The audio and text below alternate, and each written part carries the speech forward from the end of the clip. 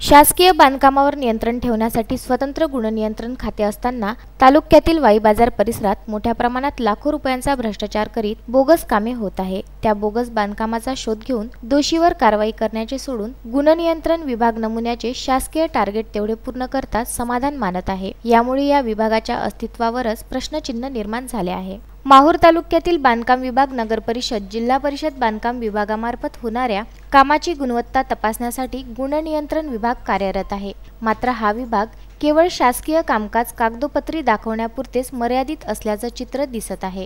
ग्रामीण भागातच नव्हे तर शहरी भागातही शासकीय बांधकामे मोठ्या प्रमाणात सुरू असून यामध्ये मोठ्या प्रमाणात गैरप्रकार सुरू आहे। मात्र गैरप्रकारांचा शोध घेऊन दोषींवर कारवाई करण्याचं सोडून हा विभाग आपले रुटीन म्हणजे केवळ नमुन्याचे लक्ष्य पूर्ण करण्यातच समाधानी आहे।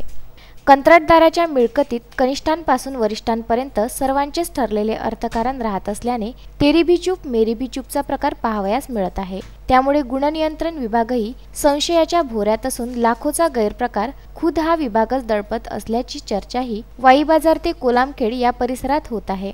या विभागाने आतापर्यंत किती बोगस कामाचा शोध घेतला किंवा एखादी महत्त्वपूर्ण कारवाई केली असे आजपर्यंत पाहावयास मिळाले नाही। या होत असलेल्या कामावर वापरण्यात येणारे साहित्य निकृष्ट दर्जाचे व ठरवून दिलेल्या नियमाप्रमाणे होत नसल्याचं पाहून इतर ठिकाणी होत असलेले कामे सुद्धा बोगसच होत असावीत असा जाणकारांचा अंदाज आहे। पहिल्या पावसात हा रस्ता वाहून जाईल अशा स्वरूपाचे कमकुवत आणि दर्जाहीन काम होत असल्याने स्थानिक विकास प्रेमी नागरिकांचा संताप अनावर होत आहे। विदर्भ न्यूज करिता वाई बाजार येथून कार्तिक बेहरे व अनवर खिच्ची।